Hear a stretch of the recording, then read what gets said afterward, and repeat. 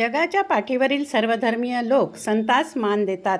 त्यांच्या चरणकमली आपली मस्तके नम्र करतात. एवढंच नाही तर सर्वश्रेष्ठ राजे लोक देखील बहुमान पुरस्सर त्यांना उच्चासनावर बसवून त्यांच्या चरणारविंदी विलीन होतात. आणि याला हेच कारण की संत हे प्रतिईश्वर होत. हा प्रतिईश्वरासारखा मान त्यांना कशाने प्राप्त झाला बरे? असे कोणते गुण त्यांनी संपादन केले की ज्यामुळे संतत्वाचा त्यांना लाभ झाला? आणि कोणास संत म्हणता येईल या विषयाकडे आता आपण वळू.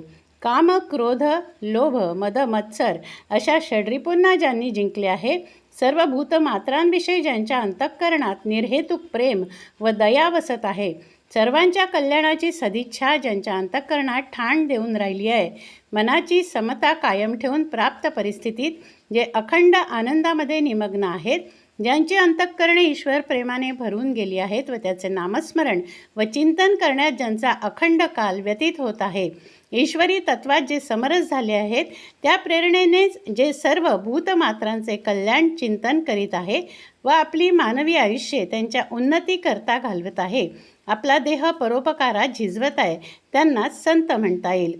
ईश्वर ज्याप्रमाणे प्रत्येक प्राण्याचे धारण, पोषण व संवर्धन करतो तेच कृत्य संत करत असतात व म्हणूनच मानवांनी संतांना प्रतिईश्वराप्रमाणे मानल्यास त्यात नवल कसले. अशाच तऱ्हेचे श्री गजानन महाराज हे एक संतरत्न वराडात शेगाव येथे होऊन गेले. अशातच अमरावती येथील श्री क्षेत्र कोंडेश्वर देवस्थान बडनेरा येथे पुरुषोत्तम म्हणजेच अधिक मासानिमित्त श्री संत गजानन विजय ग्रंथ महापारायण सोहळ्याचं आयोजन करण्यात आलं. सोमवार दिनांक 8 जून 2026 रोजी जय गजानन सेवा समिती व गजानन मित्र परिवार बडनेरा यांच्या संयुक्त विद्यमाने आयोजित या श्री संत गजानन विजय ग्रंथ महापारायण सोहळ्यामध्ये महिला भाविक भक्तांनी उत्साहाने सहभाग नोंदवला. पुणे येथील पारायणकर्त्या सौ अर्चनाताई संदीपराव देशपांडे या मुखोद्गत पारायण करीत असताना अंजनगाव, बारी, दाभा, लोणी टाकळी, जनोना, मालखेड रेल्वे, बडनेरा येथील आलेल्या खास करून महिला भगिनींनी अधिक मासाचे औचित्य साधून सर्वांनाच पवित्रता, मनाला शांती, सुख, आनंदी प्रसन्नतेचा लाभ व्हावा याकरता ब्रह्मांड नायक संत श्री गजानन महाराज यांचे चरणी प्रार्थना केल्याचे चित्र यावेळी दिसून आले.